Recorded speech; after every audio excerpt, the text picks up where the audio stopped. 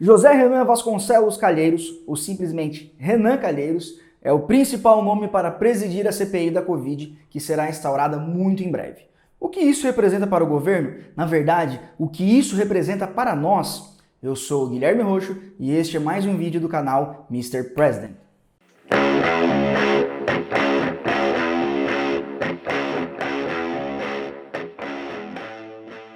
Primeiro eu queria te pedir para curtir aqui, não custa nada, vai. E como este é um começo de trabalho, eu preciso muito do seu like e da tua inscrição também no canal. Você perde, cara, 2 segundos fazendo isso.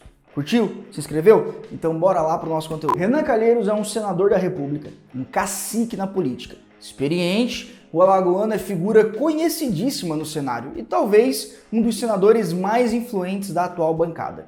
É desafeto do presidente Bolsonaro e do governo federal, mas não leve isso muito a sério.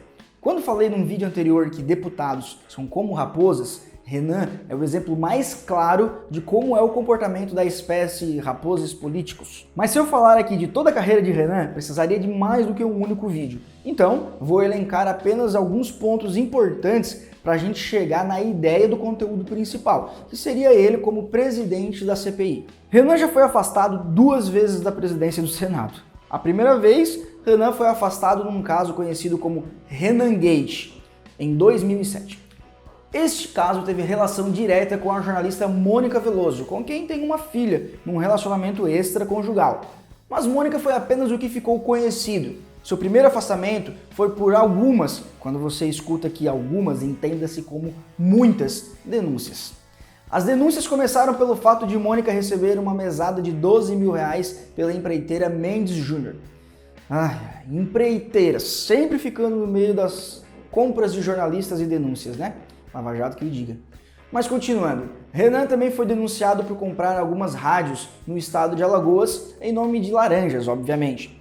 Tráfico de influência também, junto com o nome da empresa Skin Cariol, uso de notas fiscais frias em nome de empresas fantasmas, montagem de um esquema de desvios públicos em ministérios comandados pelo MDB e, pasmem, espionagem contra senadores opositores ao ex-presidente Lula. Renan, que currículo, hein, meu amigo? E esse foi só o primeiro afastamento. O segundo foi já em 2016, quando era novamente presidente do Senado, dessa vez denunciado pela Lava Jato, numa citação do ex-diretor da estatal da Petrobras, Paulo Roberto Costa. Renan é tão influente que ele recebia repasses além do teto pré-determinado no setor de propinas. Ou seja, o cara é poderoso demais, meu. Mas não foi só Paulo Roberto Costa que denunciou Renan. O engenheiro Shinko Nakandaka, meu Deus, que nome difícil de pronunciar, e também o doleiro Alberto Youssef também afirmaram que houve pagamento de propinas para Renan na contratação de uma obra na refinaria Premium. Nestor Cerveró também denunciou Renan numa delação premiada e chegou a dizer, inclusive, que foi até o gabinete de Renan ouvir uma reclamação do mesmo da falta de propina. E tem mais um que eu quase fui esquecendo aqui, mas não menos importante. Dessa vez, o ex-funcionário do Odebrecht denunciou Renan e também o ex-senador Romero Jucá de terem defendido os interesses da empreiteira com medidas provisórias. Uma delas, a MP 651, que ficou conhecida como pacote de bondades. De bondade aqui eu não vejo nada, sinceramente. Mas óbvio que o termo foi criado em alusão à bondade para as empreiteiras, que se beneficiaram de renegociações de dívidas ao fisco. Foi aprovada e transformada em lei pelo ex-presidente Michel Temer, com alguns vetos, lógico. Ainda em 2016, Renan teve um pedido de prisão efetuado pela PGR, junto com o Romero Jucá e José Sarney. Renan sempre se colocou como maioral, ele se acha acima de tudo e todos. Chamou o juiz de primeira instância Valisney de Souza de juizeco de primeira instância. Isso porque Renan é contra a prisão em segunda instância, né? Meio óbvio aqui pelo seu currículo, ele já deveria estar cumprindo há algum tempo algumas peninhas. Todos para o Renan são pequenos. Valisney era um juizeco. Alexandre de Moraes, este mesmo, atual ministro, era um chefete de polícia. O cara é muito arrogante e tem aval para isso.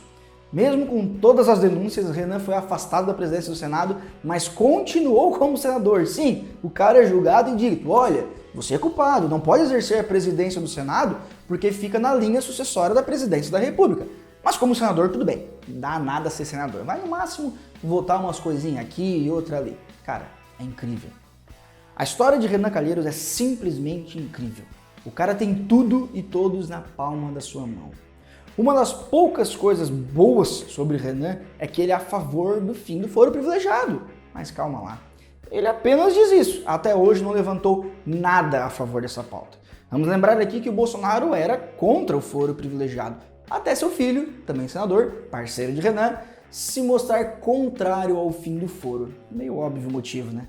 Ou seja, Renan tá ali, vai votar de acordo com os seus benefícios se vier algo sobre o fim do foro privilegiado, e mesmo assim ele coloca na mão de Bolsonaro uma carta que diz: se eu quiser, eu voto a favor do seu filho, mas isso tudo depende do senhor.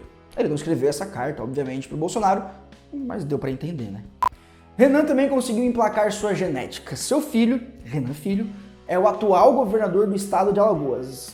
É incrível isso, sério. Às vezes é difícil entender como um cara consegue ter tanto poder sobre uma população assim. Enfim, Renan hoje é cotado para presidir uma das CPIs mais importantes da nossa história. Como falei, o cara é uma raposa, era totalmente aliado ao Lula, depois votou a favor do impeachment da ex-presidente Dilma Rousseff. Aí se absteve na votação à emenda do teto de gastos e votou contra a reforma trabalhista de Temer, além de ter votado a favor da manutenção do mandato do senador Aécio Neves. Isso não era novidade, né? Como eu falei, Renan acha que o senador da República era um ser especial, que não merece ser analisado pelos nossos juizecos de primeira instância. Na verdade, para Renan, eles não merecem ser analisados por ninguém. Podemos chamá-lo de O Intocável. Daria um bom filme aí para quem gosta de cinema. É uma vergonha termos o nome de alguém envolvido em 17 inquéritos no STF e mais de 40 processos na Justiça presidir a CPI. A deputada federal Carla Zambelli, do PSL de São Paulo, protocolou uma ação na Justiça Federal que impedisse Renan de ser presidente da CPI, alegando que Renan tem um filho governador de Alagoas e nenhum pai investigaria seu próprio filho. Mas a gente sabe que Renan é muito experiente. Ele vai dar uma manobrada aqui, uma passada de pano por ali, uma molhadinha para outro aqui e provavelmente será o presidente da CPI. Aí ele vai ter o governo federal de vez na mão. Mas é complicado. Outros membros da CPI, por exemplo, possuem filhos governantes também, que é o caso de Jader Barbalho, senador do MDB, que é pai do governador do Pará, Helder Barbalho. Como já falei em outros vídeos, uma CPI ampla é quase impossível. O governo federal tentará se defender de todas as formas, e Bolsonaro já mostrou que está disposto a se defender, inclusive. Já ligou também para o governador Renan Filho, se antecipando a uma possível presidência de seu pai, Renan Calheiros, e se mostrou interessado em dialogar com o provável relator. Bolsonaro tem minoria dentro da CPI, apenas 4 dos 11 integrantes são governistas. E isso faz com que Bolsonaro, que antes ficava na mão de Maia e Alcolumbre, agora fique na mão do incrível e intocável Renan Calheiros. Assim que tivermos uma CPI realmente formada, com o presidente declarado, faremos um vídeo para falar sobre os integrantes da mesa e como será o processo de investigação. Ainda existe um movimento muito forte para que Omar Aziz, do PSD de Amazonas, seja o presidente e Renan apenas o relator. Omar é mais alinhado ao governo e seria muito mais fácil uma investigação partindo dele. Pode ser uma tendência que seja concretizada realmente, já que Renan tem um apoio popular nacional muito menor que Omar Aziz. Mas Omar Aziz se antecipou e já deu declarações dizendo que não vai aceitar negociatas ao governo federal. O mesmo ainda se declara como independente, nem governista, nem oposição, o famoso em cima do muro. Diferente de Renan, que se declara oposição ao governo federal. Infelizmente, teremos que conviver com políticos da linhagem de Renan Calheiros, mas ele não é o único. Nosso Senado está repleto de senadores investigados. É normal já ser denunciado e ter inquéritos no STF é a coisa mais normal do mundo, dentro do nosso mundo político, né? Por exemplo, dos 11 senadores que formarão a CPI da Covid, pelo menos 5 possuem investigação de corrupção. E o que eu não consigo conviver também é saber que você ainda não deu like no vídeo e nem se inscreveu no canal. Vamos lá, pessoal. Como eu disse, gravar esse tipo de vídeo exige pesquisa e muito tempo. As informações trazidas aqui são todas públicas e as opiniões são pessoais. Você pode discordar de tudo que eu falo, é seu direito. E gostaria que você comentasse também o seu ponto de vista. Em breve teremos mais vídeos e uma playlist para falar de outros nomes de política nacional e internacional. Então vamos lá, clica no like e espere pelo próximo capítulo da nossa trama. Valeu!